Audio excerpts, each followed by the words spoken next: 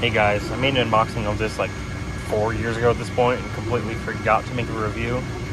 But you can see it's seen better days, but it still works perfectly fine.